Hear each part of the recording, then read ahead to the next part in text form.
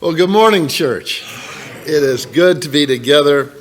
The coughs and sniffles going around, and I've got some of my own, and went and see the doctor, and he said, your lungs are fine, shut up, get out of here, and, take an aspirin, call me in the morning. So, but really the opportunity of being together and worshiping God on this Lord's Day. The reason for this morning's sermon was by a question asked me when I was doing a memorial service up in Kirkland this past month, and it's about helping the poor and the homeless. And they were interested in doing more in that regard. I said, well, all right. But then there's always questions. If we want to be a giving people, who to help, how to help. Are we helping by what we're doing? And maybe is there somebody not to help? Now, in this particular picture, you might be interested. What strikes you? There's two things stood out to me odd about this picture. Here's a guy with a homeless help sign, seeking human kindness. I liked what he said. That appealed to me. But as I looked at this picture, I thought there's two things that jumped out to me that may not be obvious. There's an absence of people on the street. If you're asking for help, why aren't you somewhere rather than on a side street where hardly anybody goes? That's odd. I thought, you know what? That might be just they wanted to get a nice picture, so they hired one of their guys and he got a blanket and so forth. But the other thing, even more so, is how artistic, level, and neat the lettering is. I mean, that really appealed to me, and that you may or may not be able to see it from where you are, but the way they made their N is exactly identical every place in the sign, and that every line is absolutely level. I mean, I like, and it's a clean sign. Now, we've been around a long time. When people have signs out, how do they usually look? Well, it's some crayon and scribbled and so forth.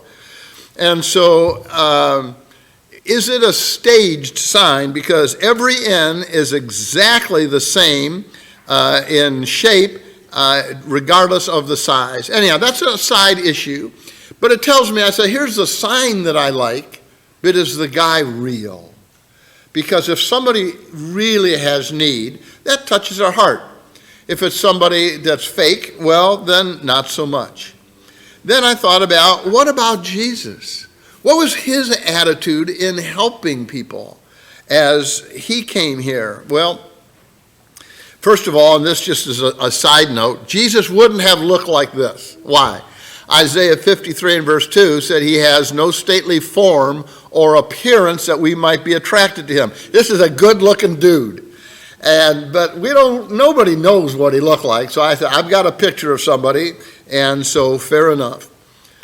And what we find from 1 Timothy 1 and verse 15, Paul says, Christ came into the world to save sinners. I mean, that's his mission.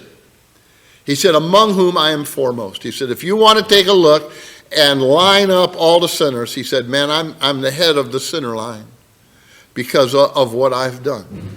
And so when you think about his role, was Jesus' role come in here to improve our financial structure? Well, that wasn't really his job. But look what he did do as he has come to save souls.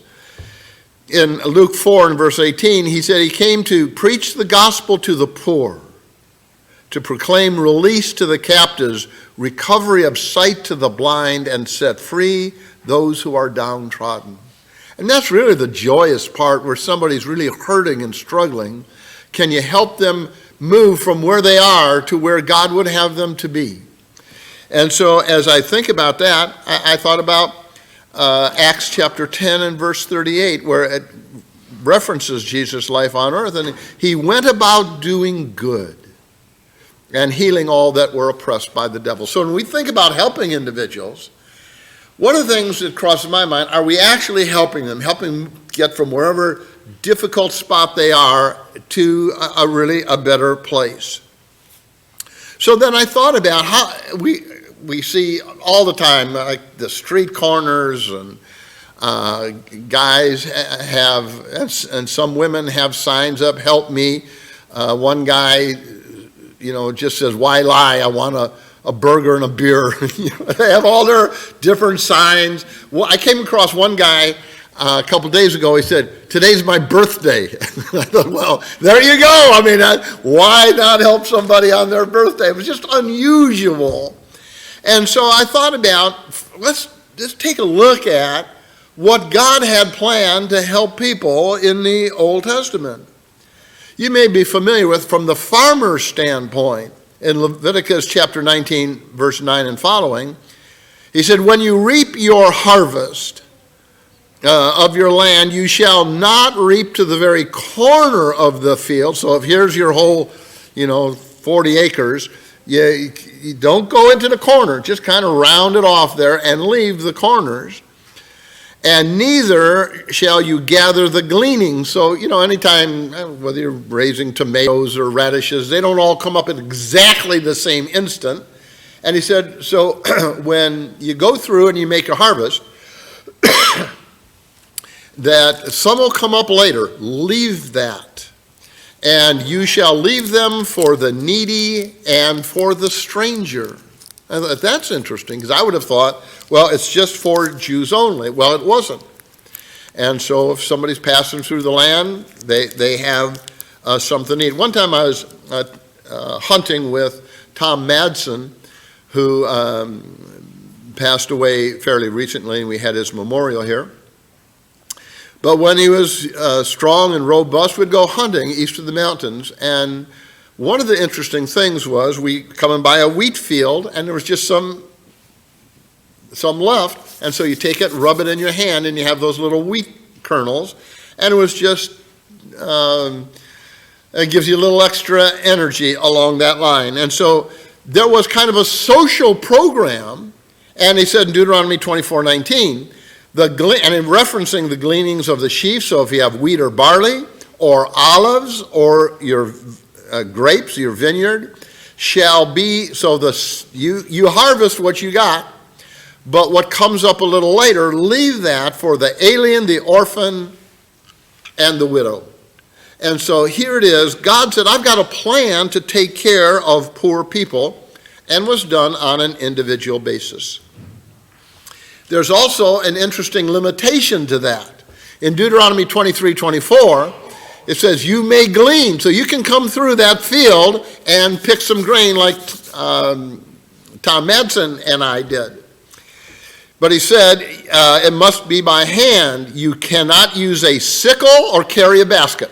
So I've come in to clean you out. I got my combine. He said, no, you don't do that. You want to eat a little bit, you can have some in your hand, but you're not carrying away a quarter ton of that. So there was giving and there was limitation. And it could apply to anybody. Deuteronomy 15:11. For the poor will never cease to be in the land. Somewhere or another, I missed that in the Old Testament. I thought that was just a New Testament principle, and Jesus said it. Jesus did say it, but it was originally in Deuteronomy. And he says, therefore I command you, you shall freely open your hand to your brother, to your needy, and to the poor in your land. So the Old Testament had a program of benevolence, of social welfare, and yet there was some guidelines on it. It wasn't the person come and just take your whole field. And then when we think about, sometimes in the book of Proverbs, there are general principles that we can appreciate dealing with the issue of generosity. But the problem is, or one of the problems is, we get cynical. Yeah, but I don't know if I trust that person. And at least the National Institute of Health cites 76% of the homeless people are mentally ill. But when you say that, that includes the whole spectrum of it. Alcohol addiction, drug addiction, schizophrenia spectrum, major depression. And this isn't just Joe Bob, in Wikipedia made his guess. That says this is what you find. That's why they're in there. He said, why don't you get a job? Man, you can't even get a life. And so they're there for some reason. In Proverbs 14:21, the writer says, "Blessed is he who is generous to the poor." So do I have that generous attitude? Oh, man, nobody's getting my money. I worked for that. Or 14:31, "Whoever is kind to the needy honors God." Why would that be? Well, God says to help them. And so when we do that, we're exalting our God in heaven. Proverbs 19 and verse 17, "Whoever is generous to the poor lends to the Lord." I like that kind of phrase. And it says, "And he will repay him for his deed." So Jim Hester says you never go poor by giving to God. Proverbs 22 and in verse 9, "The generous will themselves be blessed, for they shall share their food with the poor." So that's just the general attitude. Need to have a giving and loving disposition. But then I don't deal with the main part of how does church members help their own church members. That's not my focus here. But we'll touch on those kind of things. But what about Christian giving to non-Christians? Well, it's famously is Matthew 5:42. "Give to him that asks of thee, and from him who had borrowed, do not turn away." Now, sometimes I'll see a guy and he's struggling down the street, and I'm thinking, man, I just don't trust the guy. There's something about him I don't like. It's been probably a year or two. I was here in Tacoma, and I was going into the local Walgreens. Some guy dressed good-looking sport gear and got his watch on and his cell phone. And I thought, he's going to try to hit me up. Man, he dressed better than I am. And sure enough, not when I went into the store, when I come out, I said, "Hey, buddy, can you spare $1?" And I thought about, how do I want to respond to him? And I said, "Not today." And so, why? Because he's not the guy. He doesn't touch me. This guy is not suffering. He's targeted me. All right, you're vulnerable. I said, well, I surprise people. I want to be wise. I want to do what God says. I want to be wise as serpents and harmless as a dove. Then think about that passage in Luke chapter 10, verses 30 through 37, where one comes and asks Jesus, "What shall I do to inherit eternal life?" And he says, "Keep the commandments."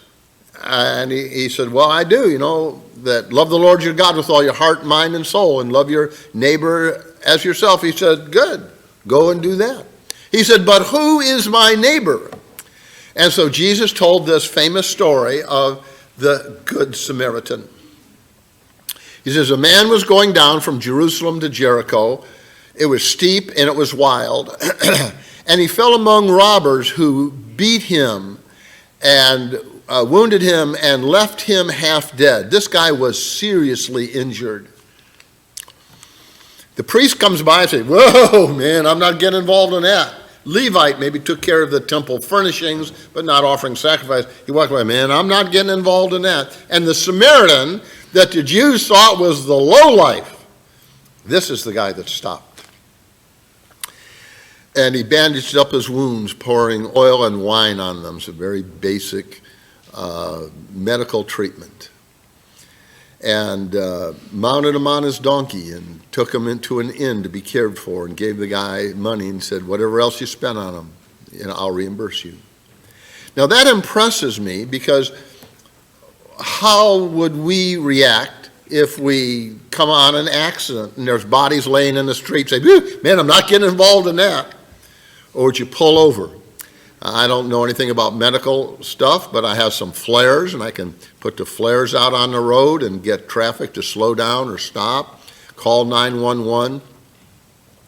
And so we have within our law system the Good Samaritan law, that if you're trying to help a person, they're not going to sue you because, but you moved them when you shouldn't have, or something such as this. But that's the illustration, and that's what our law is built on, that willingness to help somebody else in really distressing circumstances. In Ephesians chapter 2 and verse 10, we were created in Christ for good works. So how do you apply some of these principles then when you come on a person in the streets? So I think about that and I say, well, how do we handle that? Because we come across it all the time. Now, Proverbs chapter 9 verse 12 says, if you are wise for yourself. If you scoff, oh man, I'm not going with that. You alone will suffer for it. And so whatever we do, the idea, use good judgment. If a guy is really whacked out and yelling and twirling around in the street, do you say, hey, you got a few problems, why don't you come home and live with me? Wait a minute, I've got some other things to consider. Matthew 10:16 that I referenced earlier, be as wise as serpents. What about your own safety, or that of your wife, that of your children? So you want to help a person, but you don't want to hurt other people at the same time. And so for myself, as a young guy back in Ohio, I hitchhiked all the time. You regularly pick up hitchhikers now? No, because if there's a battle, they're already in the car with me. And I don't want to particularly pick up two at a time. And so I want to help individuals, but I want to be wise in the way that I do that. 1 Timothy 5 and verse 8, how a believer ought to provide for his own. That includes their safety. So you're thinking, how can I keep everybody safe and help this person in some degree? We like, and I appreciate Matthew 10:42. Whoever gives a cup of cold water in the name of a disciple to one of these little ones will in no wise lose his reward. I thought, well, man, we got plenty of water. But one of the interesting things is people that are struggling, that are on the streets, got their little tumble down tent shelter, tend to need different things at different times in the year. In the summertime, a little bottle of water may really be a blessing. And so one of the things you can think about, and Glenn and I talk about, is you can carry some soft protein bars in your car when somebody's looking for a handout. I didn't put one in for this lesson, but I had one in my pocket. Here, just a little protein bar. I said, but wouldn't give this kind, has lots of nuts. A lot of times people with a lot of health problems, teeth problems, it's just too painful. So a soft protein bar. A small water, or you can have the full size. You say, well, why do that? Well, because if somebody wants something, you're giving them something that's actually good, regardless of what their circumstances are, right? If they say, no, I just want money, I say, well, that's what I have today. And so on an unusual occasion, if I really have a lot of confidence in the person, I may give them money. But think about this. You might include, if you have a little bag and maybe carry 2 or 3 in your car, I always think about it's good to have food in your car or a blanket or something else, not so much in the summer. But if you get stranded or somebody else is hurt or you're stuck out in the Zongawanga swamp or forest and you're lost, you have a few elements of survival and nutrition. And so think about, what do you want to do? Well, I might want to encourage them by something, maybe a little tract or something from the Bible that they say, boy, that's really encouraging. That'll be a blessing to them. Galatians 6:10 says, do good to all men, especially to those of the household of faith. So if somebody says, hey man, can you help me out? We're by a McDonald's. I say, well, would you like a burger? Well, no, I actually would like $5. Well, I'll tell you what, you come on in here, I'll spend $5 on you. But handing you $5 maybe is not what I want to do. Sometimes if you're near a grocery store, and this is a guy one time I saw when we were in the West Campus building, it was coming home from church, and a guy has got his little sign out, and he's sitting on the curb with his feet in the gutter, and it's raining. That caught my attention. They don't usually do that. Rain comes, they get out of there. And so you talk to them, and sometimes he said, well, why are you here? He said, well, I'm trying to get some food. I said, where are you camping? He says, in Tukwila. I said, well, why don't you try to get money there? He said, you can't get much money in Tukwila. Well, that sounds reasonable. I can live with that. I said, what is it you need? He said, I need food. So we went into the store, and you can set your own dollar limit. And sometimes you might say, I'm good for $10 or $15 or $20, whatever it is. You walk through, I'd like bread. No, we got some bread for you right here. How about peanut butter? He said, I got peanut butter. I said, how about some lunch meat? And so you get this, if you said, well, yeah, now I'd like to go to the filet mignon department, and I want to go to the lobster. No, I don't even go to those departments. And so, but if you want to make up a little bag, one of the interesting things, repeatedly sites say that people need are socks because they don't have a place to wash them. They get stiff and dry and whole, and they just throw them away. And then they're walking around no socks, get blisters on their feet. So you might say, could you use some socks? Or if you wanted to have a little handout bag, it might be some Band-Aids and just a little tube of antiseptic ointment. Oftentimes you can ask, could you use a toothbrush or toothpaste? No, I want $10. Well, you get that from the next guy. This is what I have for you. You can have dried fruit or applesauce, but use a plastic spoon, not a metal spoon. Why? Because you cook drugs in a metal spoon. I'm not trying to help their addiction. I'm trying to help them. So just ways to think about helping people if you wanted to. You say, well, but I can only do so much. Everybody can only do so much. Mark 14 and verse 8, the disciples were grumbling that a woman was anointing Jesus' feet with this costly ointment when the money could have been given to the poor. He says, the poor you always have with you. She has, let her alone. She has done what she could. You just do what you can in your area and in your space. You say, well, I would like to be a giving person. Well, I think about, excuse me, that in Luke 20, verse 22 and following, they come to Jesus and say, shall we pay tax to Caesar or not? Of course, they're thinking, if you say yes, we're going to brand you as a traitor to the Jews. If we say no, we're going to brand you as a rebel to the Romans. So either way, we got you. Jesus says, show me a coin whose face is on it. And he says, Caesar. He says, give to Caesar what belongs to Caesar, and to God what belongs to God. Great answer. But the interesting thing about it is he's saying, yes, pay your taxes. And you have a similar idea in Romans chapter 13, 1 and following, you obey every ordinance of man for the Lord's sake. That you may or may not be aware of it, when you pay your taxes, 18% of every dollar goes to social programs. Just like under the Old Testament, there was a system to help people, so it is under U.S. law, and it goes to care for Social Security, supplemental Social Security income, low housing, school meals, Head Start, WIC for women and children, job training, Pell Grants for college students. Every dime given in homeless housing, Medicare, Medicaid, and welfare comes from you. You say, no, that's government. The government doesn't have any farms. They don't raise any cows. Where the government gets the money is from you. And so we already have a system as we're trying to care for those disadvantaged. But I say, well, I would like to do more. Well, you can if you wish. I tell you, some of the things appeal to me. There's just not enough hours in the day to do it. You can volunteer at charities that help the poor, like foodforthepoor.org. Well, that's reasonable to do.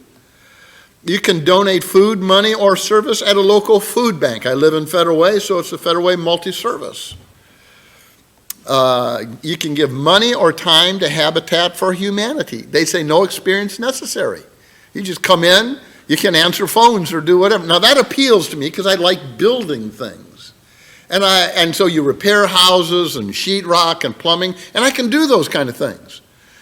I just don't have enough hours to do those kind of things, but For some people, you might say, I've got an extra half a day or whatnot. But all those things are good things. But Paul, what's your main objective? What's your focus? Jesus said, Matthew 28, 19 and 20, make disciples of all nations, baptizing them in the name of the Father, the Son, and the Holy Spirit, teaching them to observe all that I have commanded you. So our focus is reaching others with the gospel. What can we do to help them? Now, in the process, they may need some physical help as well. And so believers, we take care of believers. And as we have opportunity, we take care of those that are outside. But the goal is to lead them to Christ. And so think about that. As you look at it, have that giving spirit. Give wisely. Be generous. But be thoughtful in how you do. Are you really helping? We're going to sing song number 919 for the fruit of all creation. Now, as we do this, if you'd like prayers from the congregation or any way that we can help you, let us know as we stand and sing our final song. Brother Mark.